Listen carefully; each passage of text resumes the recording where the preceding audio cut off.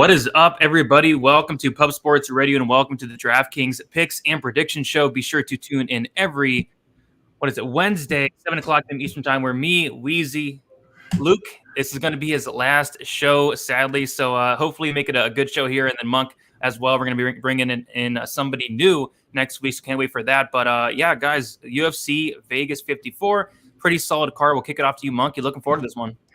I mean, 100, about 75%. Okay, I'm not going to lie. There's a few good fights I'm looking forward to. Maybe I won't fade Nick Maximov for the third time in a row. Caitlyn Chukagian, always super exciting, especially if you're a fan of Bruce Lee, you know what I mean? So UFC Vegas 54, good stuff. How can you not be excited for Michael Johnson along Patrick? I don't think it's much higher level than that. We forget. Can't wait to talk about that one. Luke, last show, how you feeling, man?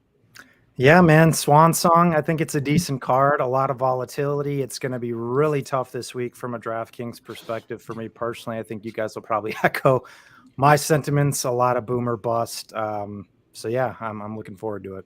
Oh yeah, and then we got Weezy. Weezy, how you feeling? I'm feeling all right. It's an interesting card. Sometimes interesting is the synonym for shitty, but in this case, it's not entirely shitty. I think there are some good stylistic matchups on the slate. From a DraftKings perspective, having only 11 fights makes you kind of have to commit to certain fighters, but let's chop it up, man. Let's do this. This is going to be interesting to see what you guys have for lineups today. Yeah, for sure. I do want to shout out the chat real quick. Lou Betchy, we got Gordon in the chat as well. We got Chris, Raw Torque, Sean. If you all can hit the like button, that's much, much appreciated. And then also, if you guys want to sign up for Prize Picks, be sure to use promo code PubSports. And last but not least, make sure you guys tune into the Saturday watch along where Slaughter is going to be giving away some tickets for UFC Austin. I will be there in attendance. I think he's giving away like 2 tickets. So if you're in there, if you're in the live chat, free tickets, UFC event should be very fun there. So I say we get right into it, and we will start as always with the fight to target. And we'll start with you, Monk. What fight you liking this week? Well, I mean, I'll just throw out I guess it's not too obvious, one of 2 obvious ones. Nick Maximov, Andre Petroski. How do you not play this fight? I mean, this might be my highest owned fight probably. The wrestling upside is absolutely ridiculous. Maximov scores over 5.3 points per minute, and Petroski has scored over 4.7 points per minute. Both Maximov allowing only 1.6 and Petroski allowing only 0.88 points a minute. Petroski's $2,000 under his average salary. His value is 12.5. Maximov's value is over 14. I mean, do I need to go on? Like, Maximov scoring 3.59 points in grappling, takedowns and control time per minute, plus half a point per minute in reversals. I don't think I've ever seen a number that high. Petroski, 2.54 points per minute in grappling, 0.18 points in reversals. I mean, what are we going to get here? This is going to be a wrestle fest, hopefully. Now, the alternative is one that I wouldn't wish on anyone. 2 grapplers that just stand and bang the whole time. We could get a repeat of the strawweight fight from last week, but I doubt that's going to happen here. I mean, I'm just not fading either one of these guys. I'm super excited to see what's going to happen. It could be sloppy. The strength of schedules are terrible, but I am looking forward to it. I think the winner has a great chance of making the optimal, and especially if it's Petroski at 6,900. So Maximov Petroski is the one I am targeting for sure. I like a solid fight there. Luke, which fight are you targeting this week? I'm going with Grant Smolka. Fight is the 3rd best inside the distance line on the slate at roughly 66% implied to finish. Between both guys' fights in their careers, they finish at a 77% clip. I think it's also kind of interesting that Smolka has fallen in love with his hands recently. He's shown some good work to the body, but he's definitely a defensive liability. And in general, I don't think that helps from a base perspective, especially now that he's up at 135 pounds, fighting bigger hitters. I just think Grant's the much crisper, faster guy who hits much harder. We know at this point, Davey Grant's pretty consistent to let his hands fly, and his last 2 wins do come via knockout. So I don't think that's a great sign for Smolka here. But on the flip side of the coin, Grant has been submitted in 4 of his 6 pro losses. And Smolka's historic best component of his game is to go out there and force scrambles, which open up submissions kind of similar to like a Brandon Royval or Tim Elliott in that scenario. So it always opens up a lot of things on the ground. So should he be able to get Grant down, or should Grant just in general engage with him? I think you have finished merit on the floor here as well from both parties, but I'd lean more to the Smolka side, making him obviously viable even in that bottom range. So in general, I think it's going to be a pretty high-paced fight between two high-paced fighters with high historic finish equity and defensive inefficiencies.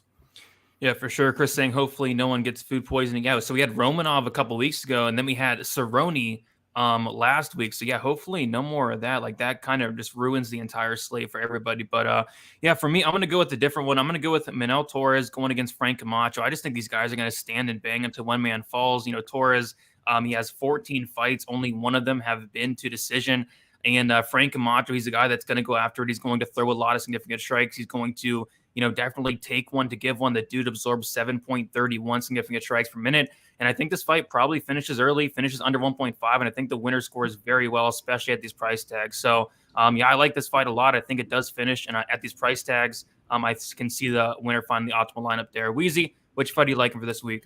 Yeah, it's going to be the Crank versus El Loco. Same one as you, man. I mean, it's the second best fight doesn't go to decision bet on the card, I think. And it's a mid-priced fight. You can get El Loco for 8,300, the Crank for 7,900. So, yeah, and I mean, like, I'd be shocked if this even went over 1.5. The way that these guys fight, it's just crazy. And they'll indulge each other in the type of fight that they both like to be in. You know, and we haven't seen Frank Camacho in a couple of years, though, and we really haven't seen Manuel Torres at all. We saw him poke somebody in the eye and win for that, and then we saw him on the Super 8 camera get heel hooked back in, I don't know, like 2016, and then there's another fight against a guy named Carlos Canada, who's like 10-11, and he wins that fight. So that's what we know about El Loco Torres, but I mean, what we do know about both of these guys, that they're just crazy fighters. They don't like to see the scorecards, and neither one of them is particularly skilled. So I think someone's getting slept early, and whoever wins this fight should be optimal. Yep, I'm right there with you, Weezy. Let us move on to the fight to fade. Kind of a tricky one here. I'm curious to hear your guys' thoughts on this. Luke, we'll start with you. Which fight are you fading for this week? Yeah, it's another tough one off the top with it being a smaller slate, even with some chick fights. I would say off the top, I don't think there's a fight I would actually fade because even in the chick fights, I do think there's actually some pretty high scoring merit there. But nonetheless, I'm going to go with one of the chick fights in Lee Araújo, worst inside the distance line on the slate at roughly 30%. Implied to finish in the UFC. Their fights have hit the card 79% of the time. The finish exception on the Araújo side came against Bernardo, who's a bum that we know now, who is no longer in the UFC, and it was a KO late from Araújo for Lee. They've come recently in their last two fights with a submission win over Little Chev, who doesn't even know what a gi is, so take that for what you will, and then beat the living shit out of Cynthia Calvillo, who I don't know where she's at right now, who also quit on the stool. So those are the two finish wins for Andrea Lee. But ironically, both girls actually aren't horrible scorers on DraftKings, and I actually wouldn't be shocked if either put up decent numbers. The problem is that I agree with the odds makers and just sees a lot more finish merit from a lot of the other fights on the card. So it's kind of a pick your poison. So I just don't necessarily think either of these ladies are have an overtly high chance to find their way to the optimal lineup, but I think they're viable in cash. I will throw out a secondary option. I do think it could be very sneaky to fade the main event this week as well. Yeah, interesting. I'm kind of with you there, but I'm going to go with the Chookagian Ribas fight. It's like plus 180 fight doesn't go. I kind of see it playing out like this. I think Ribas is going to be too small for this weight class. Chookagian's going to have like a 6-inch height advantage. I see Chookagian stuffing the takedowns, keeping on the feet for 50 minutes and outpointing Ribas. Not going for any takedowns, probably not getting a finish, and scoring very low. I think Chookagian's only found the optimal lineup maybe one time in her career when she fought Antonina Shevchenko, but outside of that, she just does not score well. And then, I mean, if anything, some Ribas at 7,600, but I really don't like this matchup for her. So that's my fight to fade, the Chookagian Ribas fight. Weezy, which fight are you fading this week? I'm going to fade that Johnson-Patrick fight. I'm going to pretend it's not even on the card, man. I mean, I'm not betting it. I'm not putting it in DFS lineups. I mean, like, if there's anybody that I could see somebody pulling out of this fight on the way to the cage, you know, I think this is the food poisoning fight. This is this is somebody gets kicked in the nuts 10 seconds in and just quits, and it winds up being a no contest. I don't know why this fight's on the card. I don't know what to do with it. I mean, I can't stand either one of these guys. I'm just staying away. I'd rather have Caitlyn Chukagian as the most expensive fighter in my lineup than roster either one of these clowns. Sounds good to me. Monk, which fight are you fading this week? Ooh, Weezy cutting promos like Chandler over here. I love it. I love it. I'm gonna echo you, Brady. Chookagian and Ribas.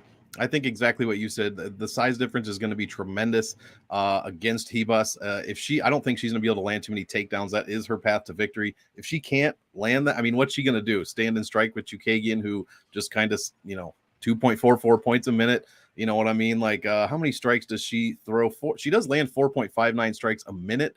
But she's just not scoring.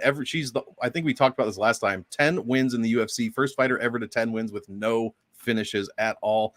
She scores 70 points when she wins. I mean, Ribas has the much better scoring upside, almost 4 points a minute, 93 when she wins. But neither one of these girls allows, Chookagian allows 2.74. Ribas allows 2.11. She's also $1,000 less. So if you're going to take a stab on GPPs, I'd be on the Ribas side, obviously.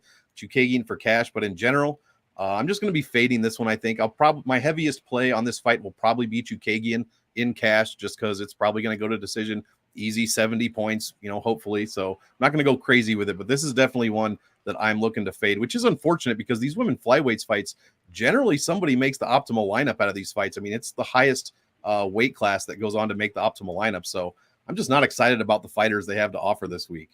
Yeah, I'm right there with you. We'll keep moving on to the fighter to fade. I'll kick this one off. Yeah, going kind of contrarian this week for this. I'm going to fade Aleksandar Rakić 8,700. So I think he wins, but I just kind of see the fight playing out very, very slow pace. Both guys kind of respecting each other's power. Maybe Rakić can get a takedown. Maybe Rakić can, get some control time against the cage, but I just don't see a lot going on. I don't see an early finish.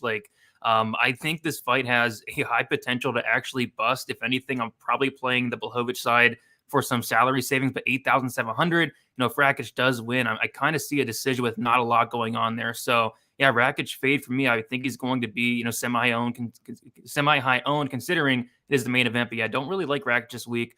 Luke, who are you fading this week? Yeah, it's another tough one for me, but I'm going Nascimento at 7.4. He's a pretty scrappy guy in the feet, but isn't a historic power threat. He's a pretty good grappler and a potent finisher on the floor. But the issue is he's across from a guy in Hadley who's just the much better wrestler. And we've seen Nascimento be willing to play from his back, except guard. He gets stuck on bottom. So with that, I also feel Hadley's a pretty sound defensive grappler, obviously undefeated as a pro, so he hasn't been finished. So just in general, based on how Nascimento has fought historically, if he can't flash KO Hadley or he can't catch him in something from his back or in the guard, he's just not going to score well if he's getting controlled for 7+ minutes of this fight. So, like I said, he will be active off of his back, and maybe he will be able to pull something out or edge a split. But I don't know. I'm going to be pretty underweight to Nascimento at 7.4. Sounds good to me. Weezy, who are you fading this week? Yeah, I like that Nascimento call because he does everything that Luke says. He just gives up bottom position and he might play for submissions and he might get one of them at the end of the day. But man, for Draftkings, I think he's just not nearly as live for Draftkings as he is for the betting tickets, just the dog money on him. But I'm going to fade Chookagian. I mean, for obvious reasons, and more for GPPs. Chookagian is just really terrible for GPPs. But she's only scoring 2.44 DraftKings points per minute. That translates to about 67 points in a decision win. So when she's priced up at 8,600, it makes it really hard to roster her. However, in cash, sometimes it's not the worst idea to take the low-scoring, high probability to win fighter just to get a win on your roster there, and then try to target those underdog spots if you think have a chance to win. But, no finishes in 10 UFC wins, and she only has 4 takedowns in 14 UFC fights. So her style, it just doesn't translate to DraftKings points, and it's an easy fade at 8,600. Yep, completely agree. And then Monk, which fight are you fading this week? I'm going to go with Michael Johnson here, 8,400. I'm not paying a non-dog salary for Michael Johnson. He hasn't fought in, a year and 3 months. 2.4 points a minute, 82 when he wins. That's it. And that's over 11 UFC fights. Also, he has a less than 500 record, 11-13 in the UFC. So if you know me, you know I hate playing guys that have losing records in the UFC. Patrick outscores him basically everywhere. The only benefit is Johnson is $190 less than his average. His average value is 5.8. He's just not, short of, knocking Patrick out in the first, minute, 2 minutes with a one-shot punch. I really don't see how he makes it on the optimal at all. I don't trust him for cash whatsoever. I'll have more Patrick probably in GPPs than I will Johnson. But I guess I'll have a little bit of Johnson just for, like I said, that one punch knockout. But I do not think that, I think that's a super low percentage of, things that could happen. So give me the big fade on Michael Johnson this week. Don't trust him. Don't trust him. Yeah, man, what a terrible fight. And I thought I hated that fight until I heard Weezy's breakdown of Awful. that fight last night. That was one of the best breakdowns I've ever heard. Weezy got a good kick out of that one. But let's move on to our favorite dog. And this one's really tricky for me, so really curious to hear what you guys have to say. Weezy, we'll start with you. Who's your favorite dog this week? Okay, so I put down Angela Hill here, and I'm going to give you some numbers from her last few fights here. So I've got her last 6 fights up. She's given up 6 takedowns out of 38 attempts. So 32 divided by 38 is, that's almost 85% takedown defense that she's shown over her last 6 fights. And I think that this is one of those easy fights to break down. Look, if Virna does not get Angela Hill to the ground, she's going to get pieced up. And in my opinion, she actually gets knocked out in the 3rd round. I mean, she made Amanda Ribas, she made her look like Valentina Shevchenko on the feet. It was ridiculous how good Amanda Ribas' striking looked in that fight. So I think that if Angela Hill continues to move to drown her opponent in volume and to stuff takedowns like she's been doing at an 85% clip over her last 6 fights, I could see her getting a late finish here. I could see her getting a grimy decision win that nets her 75 to 80 points. But either way, I like her chance to win here. So for a cash lineup in particular, as a dog, I'm pretty high on Angela Hill this week. Sounds good. Angela Hill there. Monk, who is your favorite dog this week? I won't spend too much time on it because I already talked about him, but honestly, he's my favorite dog on the entire card, and that is the lowest salaried fighter of the week, Andre Petroski. I mean, $6,900. He scores almost 5 points a minute, 111 when he wins. Only allows 0.88 a minute. Like I said, less than $2,000 under his average. What is some stuff that I haven't said yet? 100. Both of his wins over 100. One of them over 110. I mean, he's putting up takedown, but he's over 2 points a minute in striking. Well over that in grappling. Close to 2.7, I think is what I said. I just like everything about this fight. I'm looking through the list of dogs as we speak. I mean, maybe Smolka, but I mean, no one else I would trust as far as I can throw. I mean, Allan, like I said, when you're looking at Allan Patrick as a first, second, or third best dog, in your opinion, the week is going to be a bit grimy. So give me Andre Petroski. I think he has a good chance to win at 6,900. And no matter what he scores, if he wins at that salary, probably going to make the optimal lineup there. So Andre Petroski for me. There you go. Yeah, very cheap there this week. Yeah, for me, it's such a tough one. Like, there's not any dogs I really like. If I had to pick one, I guess it's going to be, I'll go Jan Błachowicz. 7,500. He looked pretty awful in his last fight, but he has a ton of power. Maybe he can go out here and get a knockout. He's gonna have 5 rounds to do it. So Błachowicz would be one guy I would look at, and the other guy I would look at would be Frank Camacho. Like I said, I think these guys are going to stand and bang until one man falls. We don't know a ton about Torres, so I think those are 2 dogs I'm looking at. But yeah, like you said, Monk, not a ton of guys or girls I really love this week. But those would be the kind of 2 I'm looking at this week. Luke, how about you? What do you like for a dog? Real quick, first, to strengthen Weezy's Angela Hill argument, there's a couple of things I do think that there is merit to Hill potentially, scoring a knockout here. Historically, she hasn't been a big power puncher. She's only finished a couple of her pro wins, or at least in the UFC, via strikes. But there have been fights where she's hurt girls. She dropped Claudia Gadelha. She had Ashley Yoder hurt to the body bad in the end of the 3rd round. She dinged Amanda Lemos. So it's not like, the girl has complete pillows in her hands either. So I think, Weezy might be onto something there, where you may not be able to look at Mrs. Angela Hill through conventional wisdom of just kind of the quote unquote decision machine. I do think she might actually have some finish merit there. So I do like that call, Weezy. It's another tough one for me. I am going to go Jan at 7.5. He does have the second best inside the distance line of any dog on the slate at roughly 30% implied to finish. Outside of the stinker he put up against Jacare, he scored no worse than 88 points in a W on DraftKings. I've been a pretty big fan of Rakić, but it really can't be ignored that Jan is arguably one of the most undervalued fighters in UFC history, whether that be at the window or in DraftKings in general. He's consistently an underdog, and he wins at a good clip in recent years. Rakić hasn't been stopped in the UFC, but he did get dropped by Devin Clark, and Volkan was landing a ton of clean shots on him when Rakić really started to slow in that fight as well. The concern for Jan, outside of him just getting, flat out beat, because I do think Rakić probably does win this fight, is that he does, or I should say that he doesn't push much of a pace. So he probably is going to need a knockout in the first couple rounds as his best chance to probably find the optimal. But I do think he's going to have opportunities in this fight to do it. And he has knocked out multiple people early before.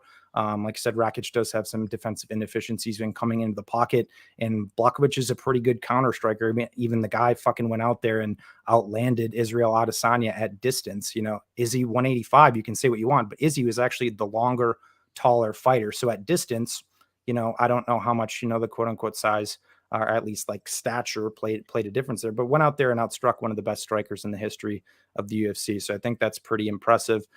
So I think he's allowed to knock out here. I'd be much more inclined to take a shot on Jan for his knockout potential and his upside at 7.5. Yeah, especially at that salary as well. I'll be taking some shots on him myself. Let's move on to the favorite GPP play here. Monk, we'll start with you. Who you liking? I'm going to choose one of the fighters from the comic book fight. We have the Hulk going against Superman. Give me Ion Cuțelaba this week, $8,900. He has made the optimal lineup in one of his past two fights. The best scorer on the card, or the best pace rather, 4.22 points per minute, 110 when he wins. That is over 5 wins.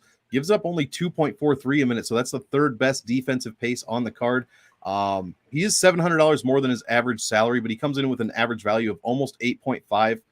He scores 118.9 on average when he wins by KO TKO, and 80%. So 4 of his 5 UFC wins over 100 points, 3 of them over 110. This guy, when he wins, he puts up points. I think he has the opportunity very early in this fight to finish Spann. Spann has one of the, he's very powerful, 2.53 power index, the highest on the card.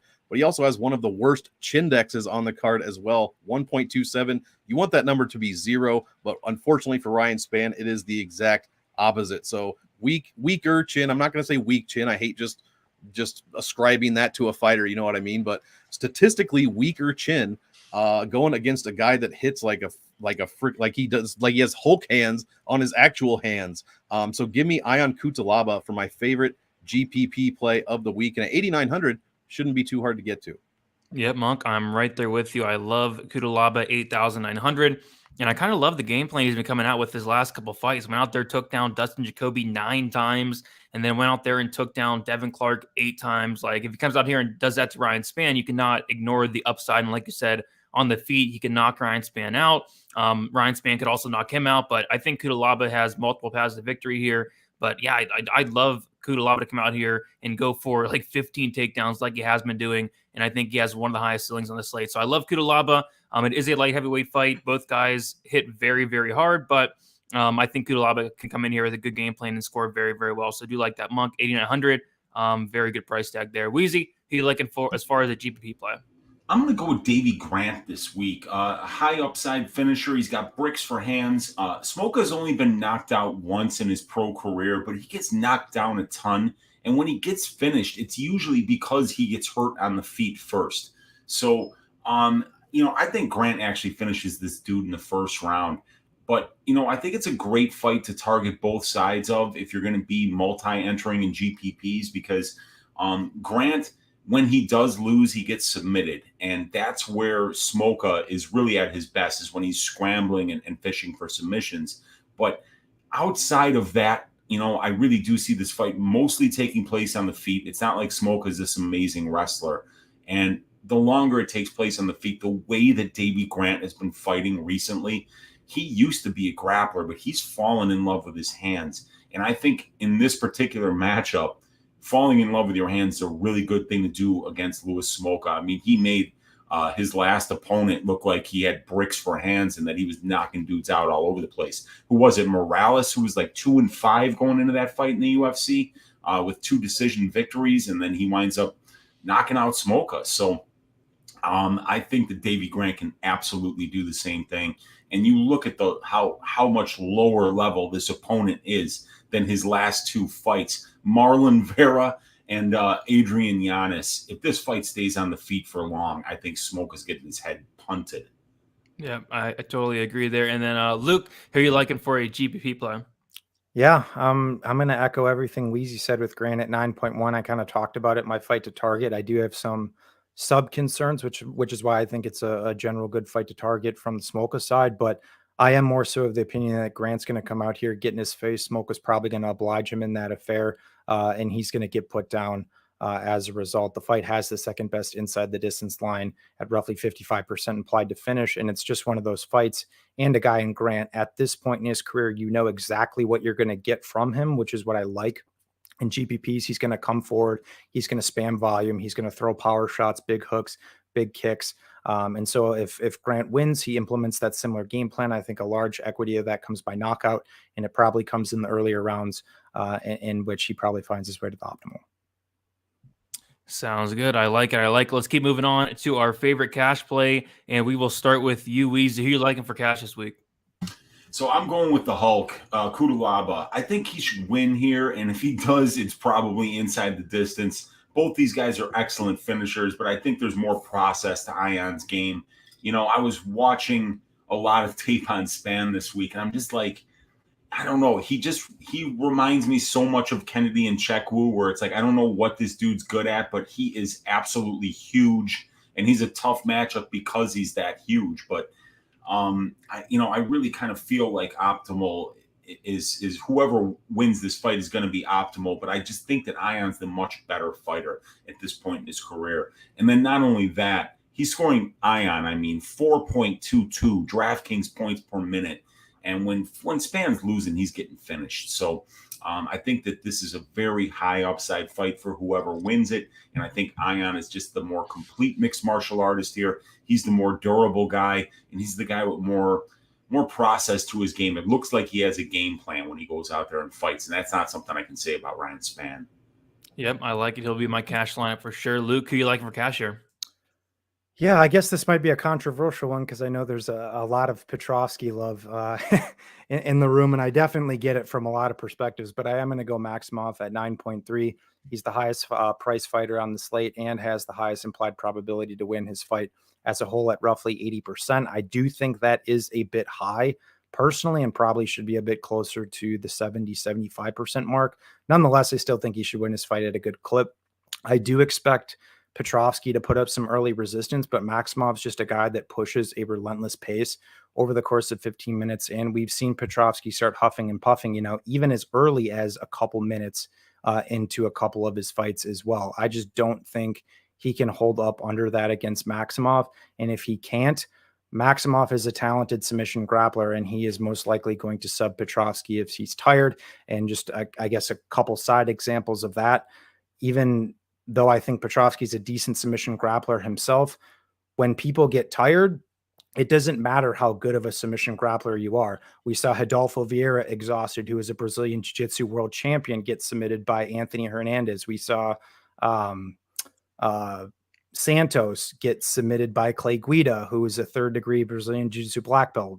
So guys who are good submission grapplers, even at an elite level, if you're tired, you can't defend yourselves, especially if you're across from a guy like Maximov. I don't think that's good. So I think Maximov can probably sub him potentially later. But even if he can't, Maximov, both of his UFC fights have hit the cards, and he scored 94 and 124 points in his 2 decision wins. So out of general price, you're getting a lot of safety with Maximov, considering Petrovsky has a sub 15% implied chance to finish Maximov, considering he's also durable and the better grappler of the two. So I just think there's a ton of general safety with Maximov this week.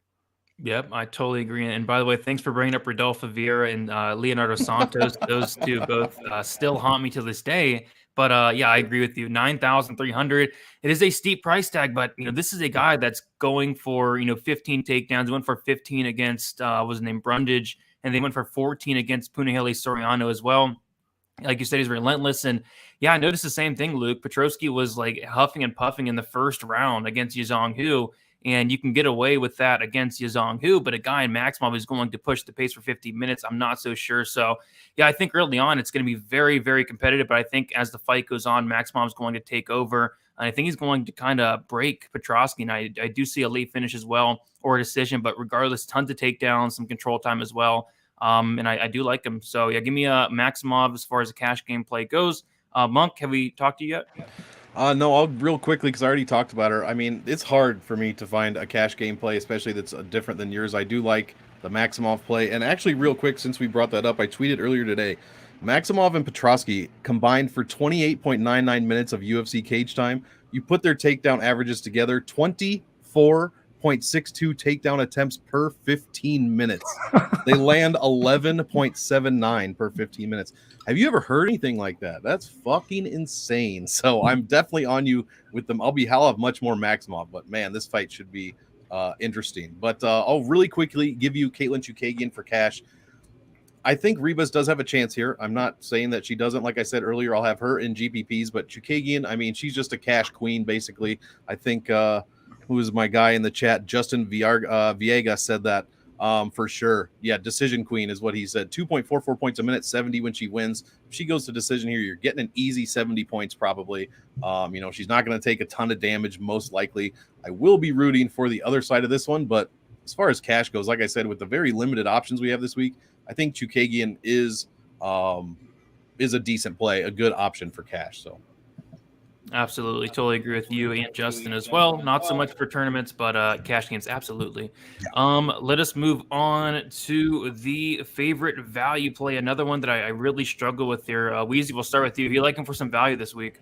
Well, if you want some value, what better fighter to go with than the one that was chosen for Uncle Weezy's ass shaving of the week? El Loco, Manuel Torres. I like Manuel a decent amount here.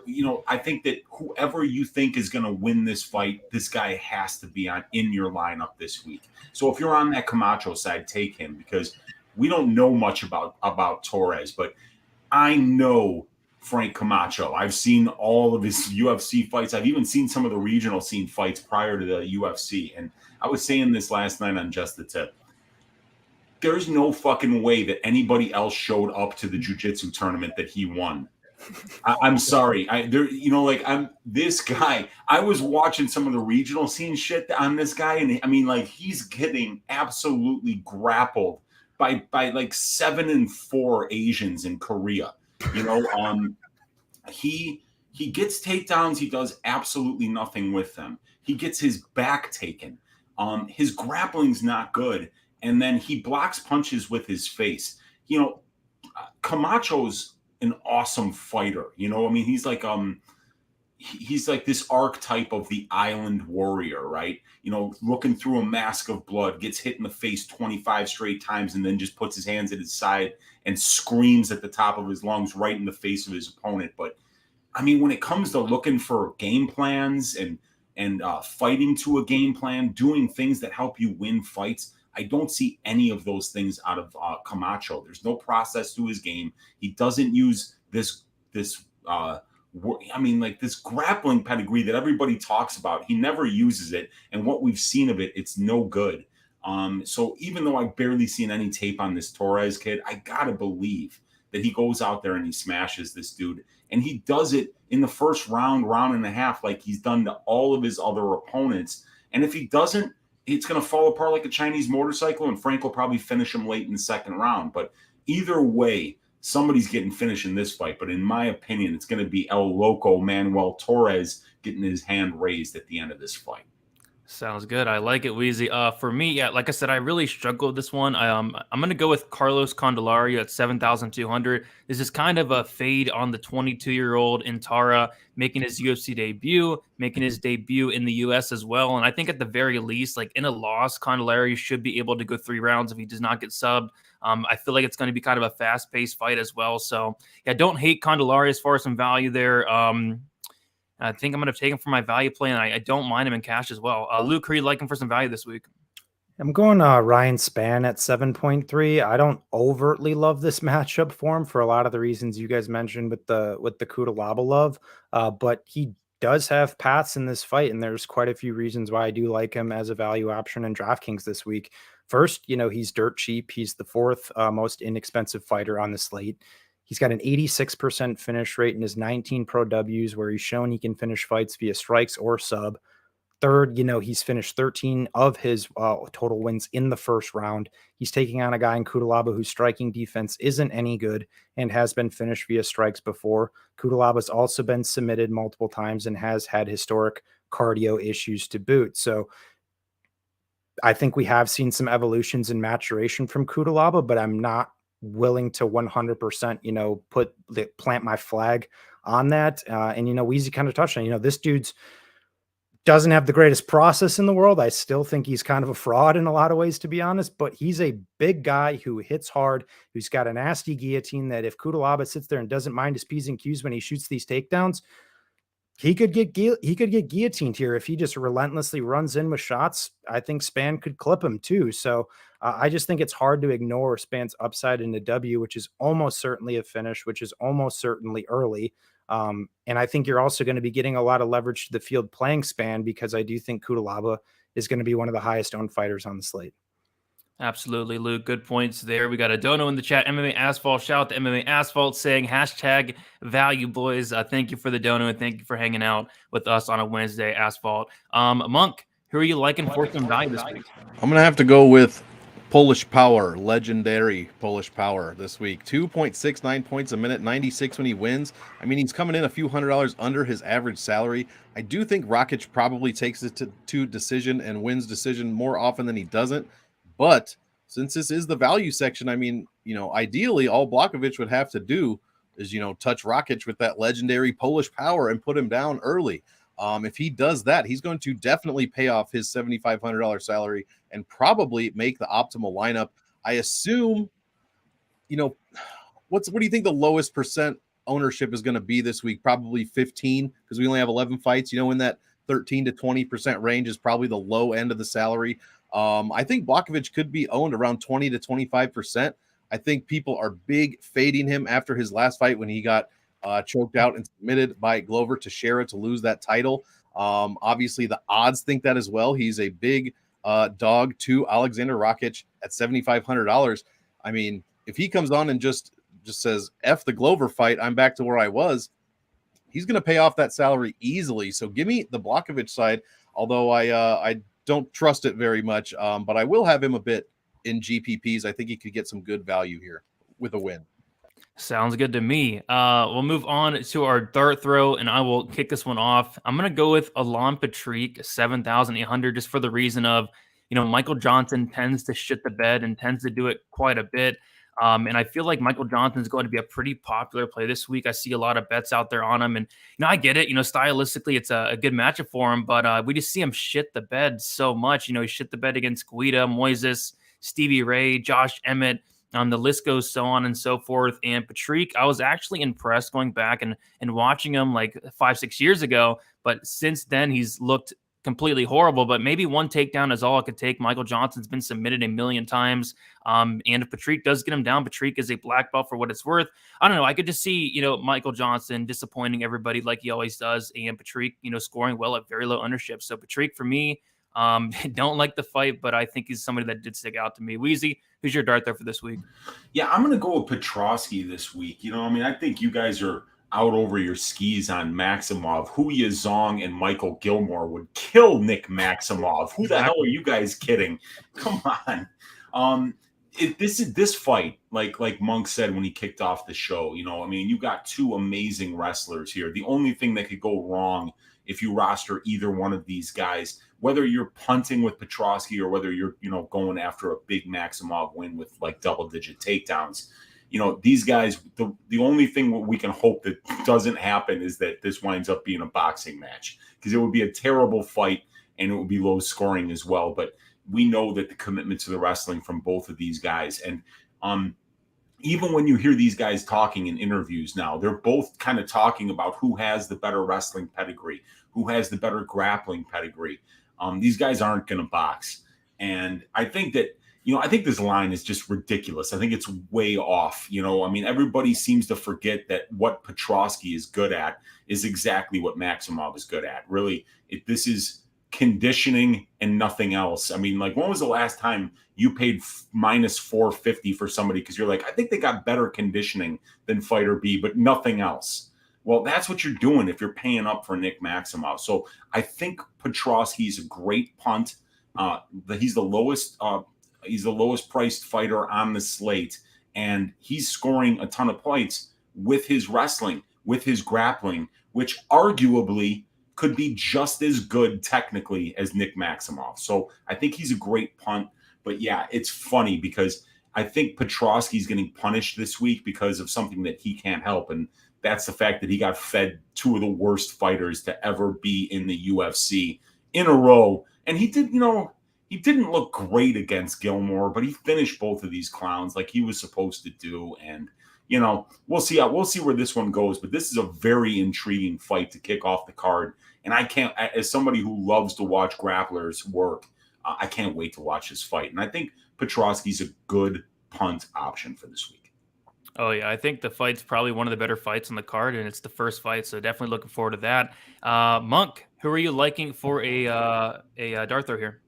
Man, there's no way that fight stays fight number one, right? There's no chance. No, they're keeping it fight number one, dude. I think they're sending a message to Nick Maximov, dude. What message? Dude, didn't he just come off a co-main event? Yeah, but he was saying after the co-main event, like when everybody was saying it was a boring fight, he's like, I'm only in main events now. And know that Dana was like, what the fuck did he just say? And then this is what happens, man. So fair enough. There's no way this should be the first fight on the card. I agree completely, but somebody's sending Nick Maximov a message, in my opinion. Fair enough. He's got that Diaz rub. Everybody's trying to send messages over them Diaz boys. Anyways, let me pick up here. I'll take Luis Smolka for my dart throw, 7,100. You guys pretty much covered it already. He's a very good pace, 3.67 points a minute, 109.63 when he wins. This is over 8 UFC wins, so a pretty good sample size. Third highest win rate on the card, coming in $1,140 under his average salary, average value of 7.75. One of the highest ceilings on the card, but also one of the lowest floors as well. So that is why you get him as a dart throw. I think Davey Grant probably comes out here, probably knocks him out or makes him look stupid for 3 rounds. But there is that chance and the path to victory for Smolka here. That the Davey Grant or the submission over Davey Grant. He's been subbed 4 times professionally, 3 times in the UFC. So, yeah, give me just the dart throw on Luis Smolka here. Also, almost 5.5 years younger than Davey Grant, if you're kind of, an ageist or whatever. Sounds good to me. I think if Smolka does win, it is probably by submission. So I like that. Luke, who is your dart throw for this week? I'm going Camacho at 7.9. I know he's gotten like a ton of betting based love, but I'm not sure from a DraftKings perspective if he's going to get highly rostered. I could be completely wrong about that, and then I completely butcher this last segment, and then he's not really a dart throw if that's the case, but I'm not really sure. Guy's coming off a layoff. He has a shit UFC record. So I don't really know what he's going to get for rostership, to be honest, but the main reason he's a dart throw is because we still know little to nothing about Torres. I think there's less than 4 minutes of footage on him in the last 4 years, but Camacho in his 2 UFC wins has scored over 100 points. He's going to chuck heat, and we just really don't know how Torres faces real striking adversity at all. So with that, you're getting a ton of boom or bust with Camacho, but he is pretty consistent to at least go out and do what he's going to try to do. He's the cheaper fighter of the 2. He's got an 86% finish rate in his W's. So in a pretty highly variable fight on where a guy in Camacho could go out there and clock him and around, he goes out there and makes the optimal at 7.9. So I don't want to miss out on that if that is the scenario. And this Torres guy turns out to be an absolute can, and it doesn't matter. So I want some at 7.9 at Camacho. Yep, sounds good. I'm gonna have a ton of that fight. But yeah, before we get into the next segment, if you guys can please leave a like, subscribe here to Puff Sports Radio. And then also, if anybody in the chat has some questions, type them in now. We'll get to them in a second. I did see a couple we'll talk about, but we're gonna go over our lineups for last week.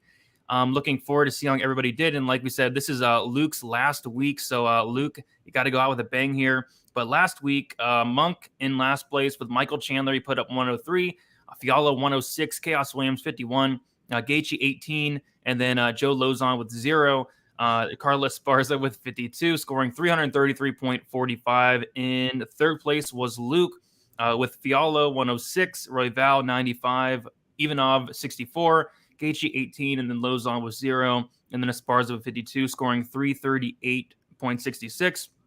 And second place was Weezy, Cerrone with 0, Cortez with 80, Oliveira with 113, Ivanov with 64, Williams with 51, and then Esparza with 52, scoring 362.88. And then me, the only one without the Cerrone fight, I guess. Fiala 106, Royval 95, Cortez 80, Gaethje 18, Esparza 52, and then Chiazon 106, scoring 460.94. So got the win there, but let's take a look at the standings overall. This is 15 cards in. So in last place is going to be Uncle Weezy with 6,130.14. In third place is Monk with 6,241.07. And second place is me with 6,519.73. And then in first place is Luke with 6,520.26. So I'm only 0.53 points behind Luke. Luke, 1 week left. You don't have a big lead here. You think can hold it here? I don't know. I think I'm just going to pass the torch. I'm burning the boats this week. I'm making a stupid ass lineup that I don't have a lot of confidence in. It's going to be boom or bust. I'm either going to kill this or I'm going to get like no points. So we're going to see how it goes. Let's go. I can't wait to see how you do. But we'll do our lineups for this week. We will start with you, Monk. Do you have your lineup ready to go? Yeah, and just like Luke, mine, I don't know how I even came. I must have passed out like Will Ferrell and just woke up and saw this on my screen here.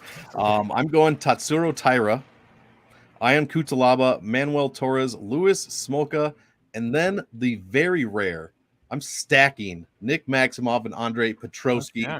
Let's go. There you go. All right. For me, I'm going to go with Nick Maximov, Ion Cuțelaba, Davey Grant, Viviane, Araújo, Jan Błachowicz, and Carlos Candelario. Luke, what's your lineup for this week?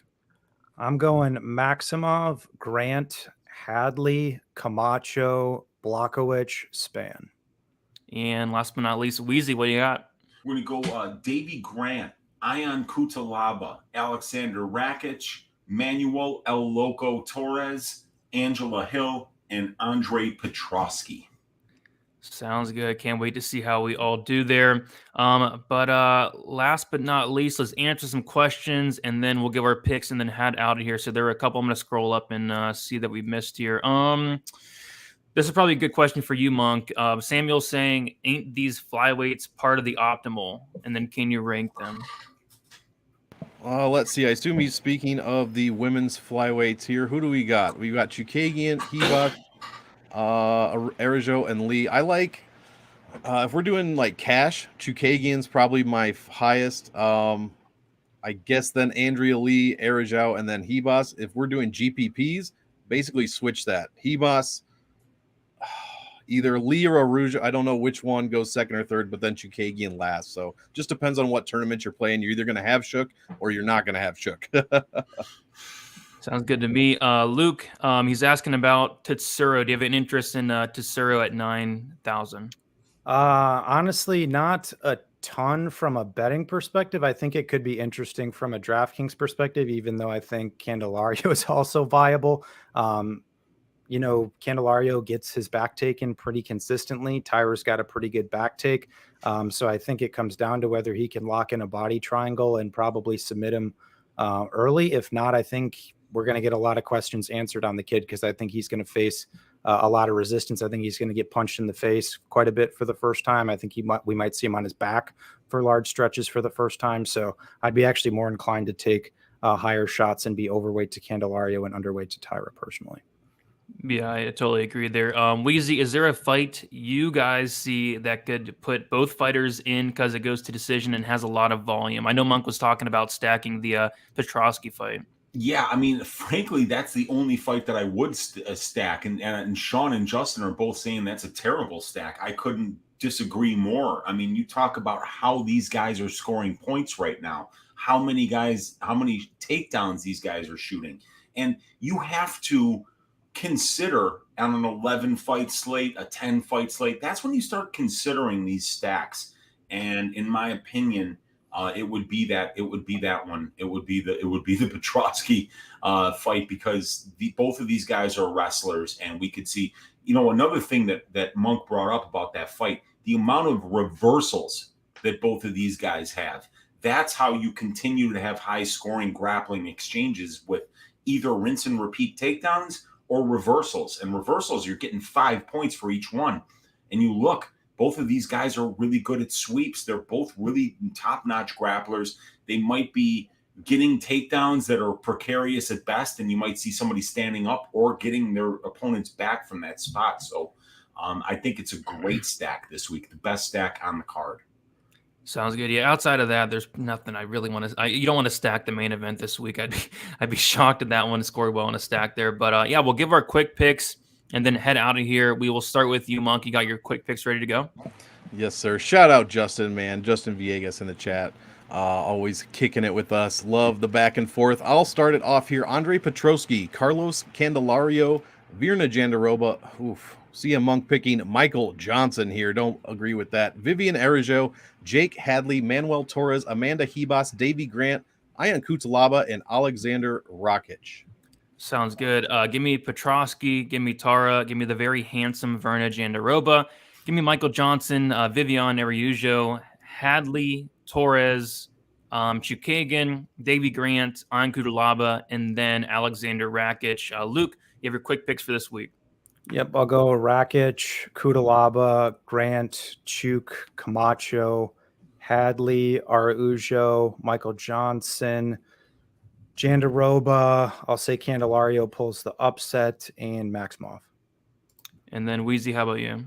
I'm going to go with Rakić, Cuțelaba, Grant, Chookagian, Manuel El Loco Torres for Uncle Weezy's ass shaving of the week, Hadley, Lee, Angela Hill, Tatsuro Taira by decision, and I'm picking Maximov to win. Even though I have a bet on Petrosky, I thought that line would come back in. I was dead wrong.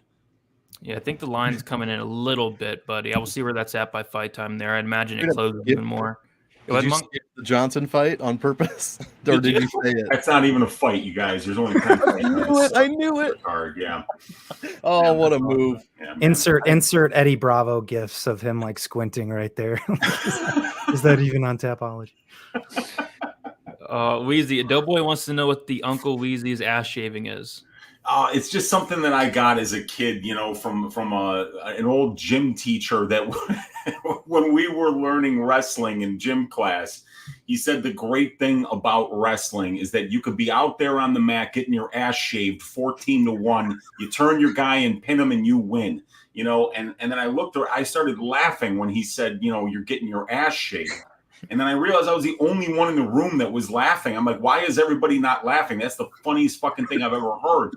Who's ever referred to getting your ass kicked as getting your ass shaved? It stuck with me for literally decades. It's been something I've been saying for years since, so it's just something that's been part of my vernacular. And then when I started doing videos, that was the segment that jumped off the page to me.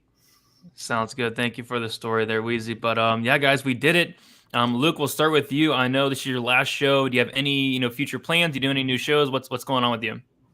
Yeah, the plans to move out to Vegas in, I think, about four or so weeks now. Obviously, out there they don't have Draftkings, but I have heard through the grapevine that actually within the next 2 years that Vegas might get Draftkings and FanDuel. So you never know. Might be making a appearance back to the show at some point.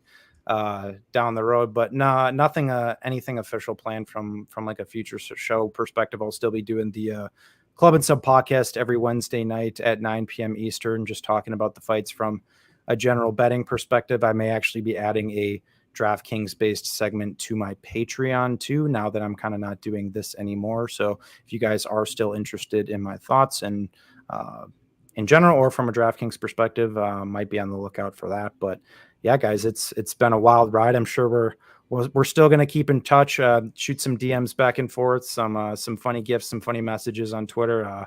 But yeah, I appreciate it. It's been awesome doing it with you guys. Absolutely, Luke. Thank you for being on these last 15 weeks. It's kind of flown by. Monk, let the people know where they can find you, what you have going on throughout the week. Certainly a good show, guys. As usual, find me over on Monk Maddox on YouTube and Twitter. Just put out a couple of video, or just one video so far today, my game theory video where I break down all 11 fights. A few more coming later in the week, so be sure to check that out. MMA Engine, as usual, me, Brady, Lou, and Weezy going ham over there on that channel. And lastly, though, thanks a lot, Luke, man. It's been a fun 15 shows. I hope you have a fantastic time in Vegas, a nice, easy move. And yeah, you got to keep us posted. You know, now that you're in the hen house, as they say, you got to give us them wines, baby. That's what you can be. That's what you can be DMing us every week. Let's go. Sounds good, Monk. Weezy, what you got going on throughout the week? Yeah, I just filled my full card breakdown last night on my channel, Uncle Weezy, called Just the Tip with Uncle Weezy. Broke down all 11 fights, finished with Uncle Weezy's ass shaving of the week. Tomorrow on the MMA Engine channel, I'll be doing probability with my guy Brady, 7:15 Central Time. We're going to give you a data-driven look at all the over-under and fight goes and fight doesn't go bets on this card. Try to find some angles to make some money. And I'll be going live on my channel tonight, Uncle Weezy. You can find me 10:30 Central Time after the Club and Sub podcast. I'll just go live, bring up my database, bring up all my stats. You guys can ask any questions that you might have. And just wanted to say, Luke, it's been an absolute pleasure sharing the screen with you, working with you. I've learned a lot just listening to you break down these fights from a DraftKings perspective. It's just being on the screen with you has made me a better gambler this year, man. So I wish you the best of luck out in Vegas, man. Can't wait to come visit you out there sometime, man. And best of luck. I can't wait to see what's next for you, brother. For sure. Thanks, bro. I mean, yeah, we might have to book something, have a reunion, just not in the summer when it's 100%. Exactly, dude. I'll get out there in the winter anytime, man. And yeah, I'd love to come hang out there and see what you're doing out there in Vegas, man. It's going to be awesome for you. For sure. Yeah, I think I'm going to UFC 276, so I might be out there July 2nd. I think it is. So. Maybe we can do something, but yeah, guys, thank you for hanging out. As always, leave a like, subscribe, all the good stuff. Check out Prize Picks, promo code Pub Sports, and like I said earlier, make sure you guys tune into the Saturday live stream Fight Companion, where we're going to be giving away some free tickets to UFC Austin, which, by the way, is going to be an absolute banger. So, guys, that's about it. Leave a like, subscribe. Talk to you soon.